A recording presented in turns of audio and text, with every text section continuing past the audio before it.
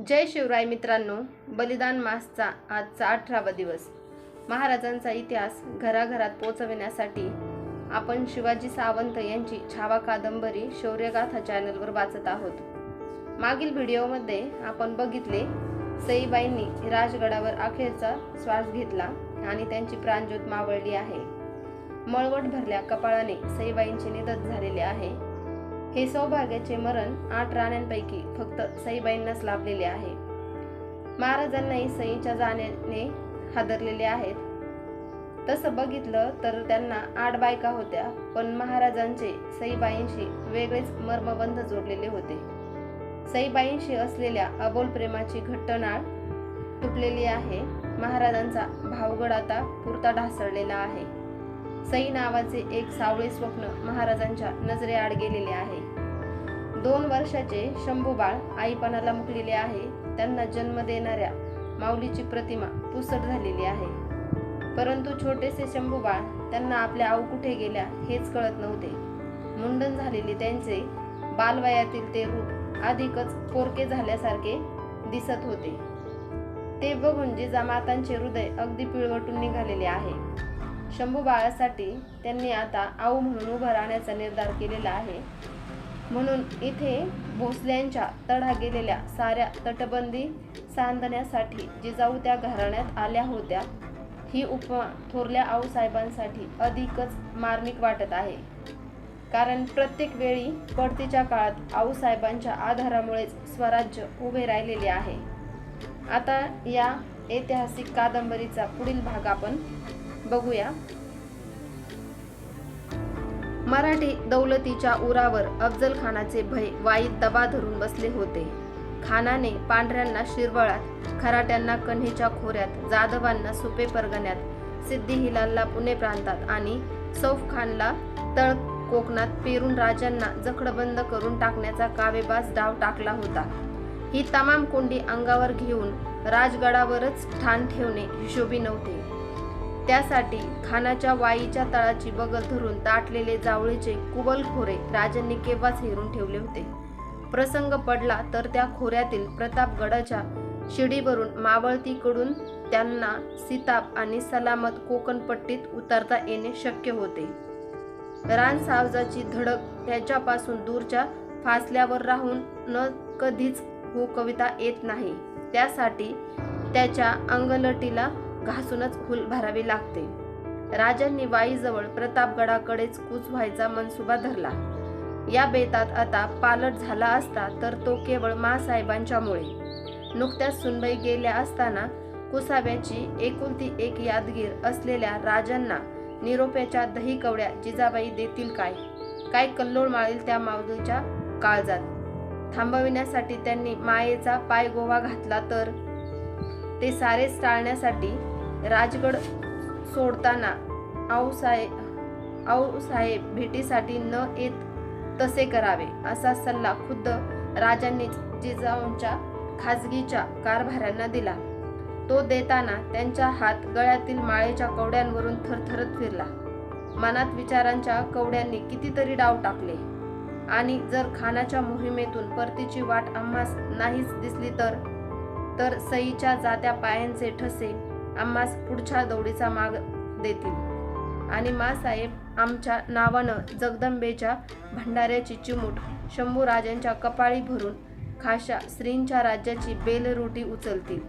भवानीनं तेवढं बळ त्यांच्या चिमटीत भरलं आहे. पण आमचं शंभू बाळ तो भंडारा पेलतील. माते वेगळा पोरका दिसणारा अश्राप जीवतो. छे, भोसला आणि पोरका होणं नाही. आमच्या महाराज साहेबांना पोरपणीच घोड्यावर मांड घ्यावी लागली. आम्ही सुद्धा तसेच पुण्याच्या बरड जहागिरीत दाखल झालो. प्रसंग पडला तर त्याच वाटेवर शंभू बाळांनाही धावणी करावी लागेल. एकदा उपसताना जगदंब म्हणून श्वास घेतला की भोसल्यांना तो हयातभर इमानाची संगत करतो. मग पोरके पण त्याच्या वाटेला कधीच जात नाही. राजांनी मन बांधलं. ज्या पंखाखाली मायेच्या उभाऱ्यात त्यांचा जीव पोचला तेच पंख कठोर मनाने दूर करणे भाग होते. त्याशिवाय निळ्या आभाळात भरारी झेप घेताच येत नाही. श्रींच्या राज्याचे स्वप्न रेखाटताना मायेच्या नात्याचे सत्य डोळ्याआड सावरावेच लागते. राजांना खाजगीची नाती नसतात. नाती नसणे हेच त्याचे दौलतीशी नाते असते. राजांनी दौलतीचे नाते निवडले. राजगड सोडण्याचा दिवस उजाडला. राजांनी स्नान आटोपून शिवलिंग पूजा बांधली. आपला महल सोडून ते सदर चौकाकडे चालू लागले. राणी वशाच्या महलात त्यांच्या जाण्याचा मोहरा धरून महिरपी आड उभ्या असलेल्या राण्या पटापट बाहेर येऊन त्यांची पायधूळ कपाळाला लावून संकोचून उभ्या राहिल्या. सईबाईंचा खाजगीचा महल येताच राजांचे पाय त्यांच्या समोर क्षणभर घोटाळले. एक वार त्यांनी त्या रित्या महलावर नजर लावली आणि भरल्या मनाने झपाझप ते सदर चौकात आले. नेताजी, येसाजी, संभाजी कावजी, सिदोजी थोपटे यांनी राजांना मुजरे घातले. शिदोजीराव, शंभूबाळ कुठे आहेत बघा, राजांनी आज्ञा केली. जी म्हणत शिदोजीराव सदरेवर धाराऊच्या दालनाकडे निघून गेले.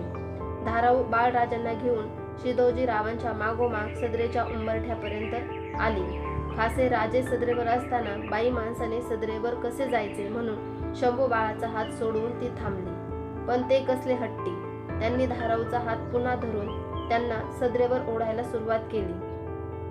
तो काकण भरला गोंधलेला हात पाहताच राजे म्हणाले, या धाराबाई बालराजे ऐकणार नाही. जी म्हणत धाराऊ सदरेवर आली. शंभूबाळांनी पुढे येऊन राजांच्या पायांवर मस्तक टेकले. त्यांच्या मुंडन केलेल्या मस्तकावरचा लहान जिरेटोप घट्ट बसला होता. त्यावर एक हात ठेवून राजांनी त्यांना दुसऱ्या हाताने हळुवार वर उठविले. त्यांची हनुवटी तर्जनीने वर उचलून वाकून राजांनी त्यांच्या कपाळावरच्या शिवगंधावर आपले ओठ क्षणभर टेकविले. त्यांचे छोटे खांदे ठोपतेत घोगऱ्या आवाजात राजे बोलले, शंभूबाळ, मासाहेबांना मुजरा करून आलात? जी आबा, तुम्ही गड उतारला की आम्ही आभाळात जाणार. शंभूबाळांनी हात उंच करून आभाळ दाखविले. ते कशाला? आमच्या आऊसाहेबांना मुजरा करायला. थोरल्या मासाहेब म्हणतात त्या वर गेल्या. शंभूबाळांच्या बोलांनी सारी सदर चरकली. राजांचे डोळे सदरेच्या बगलेला असलेल्या जिजाऊंच्या महालावर जडले. उरात कल्लोळ माजला. धाराऊ, शंभूबाळांना घ्या. निर्धाराने राजांनी बाळराजांना. चला मंडळी म्हणत राजे सदर चौकाबाहेर पडू लागले. निम्मी शिम्मी फरसबंदी ते चालून गेले असतील नसतील तोच रणसिंगांच्या ललकारी सारखी मायेच्या जरबेने थपथपलेली साद सदरेच्या बाजूने त्यांच्या कानावर पडली. शिवबा, आमची गाठी भेटी न घेता चाललात, आम्हास पाठमोरे झालात.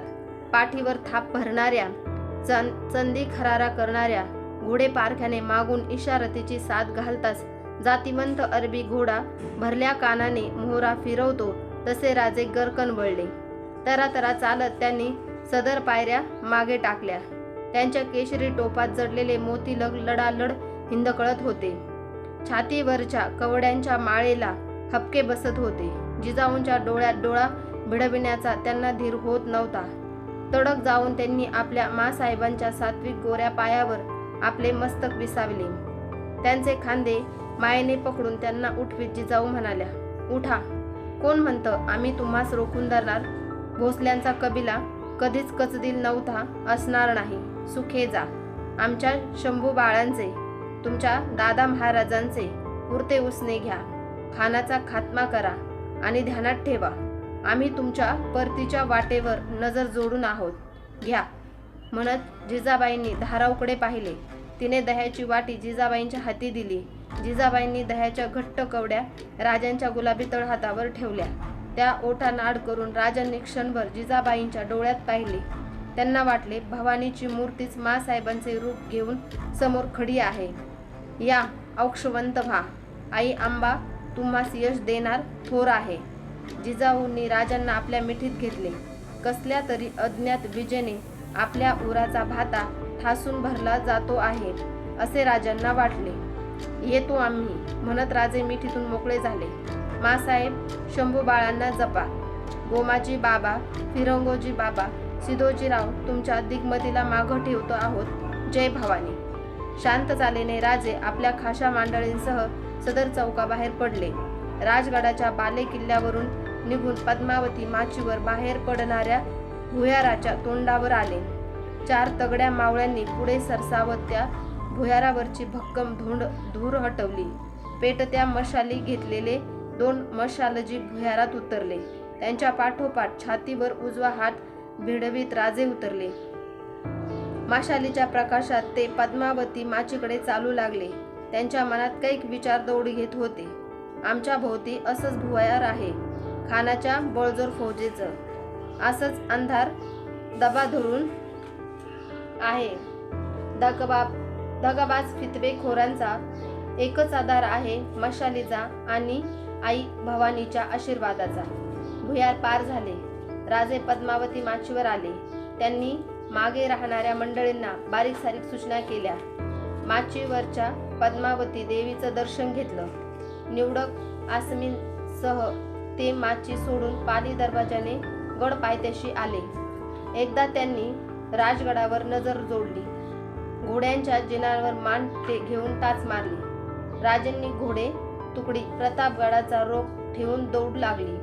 बाले किल्ल्याच्या तटबंदीपाशी जिजाबाई शंभू बाळांना घेऊन उभ्या होत्या. त्यांनी धूळ फेकीत दूर जाणाऱ्या जनावरांचे फक्त ठिपके दिसत होते. आज आपण इथेच थांबूया मित्रांनो. आज आपण बघितले की सईबाईंचे नुकतेच निधन झालेले आहे, पण स्वराज्यावर अफजल खान तळ मांडून बसलेला होता. त्याच्या हातून स्वराज्य सोडवण्यासाठी महाराज युद्धाचा कट रचतात. महाराजांना पकडण्यासाठी खानाने अनेक सरदार वेगवेगळ्या प्रांतात तैनात केलेले आहे. सईबाईंनंतर शंभू बाळांना त्यांचे आबा हे जवळचे होते, पण वैयक्तिक नातेसंबंधावर पाणी सोडून दौलतीशी महाराजांनी नाते जोडले होते. आऊसाहेब शंभू बाळांना सोडून मोहिमेवर जाऊ देणार नाहीत या भीतीने महाराज जिजामातांना न सांगताच मोहिमेवर निघतात. पण राजमातांनी त्यांना अडवण्यापेक्षा त्यांना मोहिमेवर जाण्यासाठी आशीर्वाद आणि धीर दिलेला आहे. महाराज हे प्रतापगडाच्या दिशेने निघालेले आहे. आजचा हा व्हिडिओ तुम्हाला आवडला असेल तर लाईक करा, चॅनेलला नक्की सबस्क्राईब करा आणि जास्तीत जास्त शिवप्रेमींपर्यंत हा व्हिडिओ नक्की शेअर करा. मागील व्हिडिओची लिंक मी डिस्क्रिप्शन बॉक्समध्ये दिलेली आहे, तिथे जाऊन तो व्हिडिओ पूर्ण बघा. जय शिवराय, जय शंभूराजे.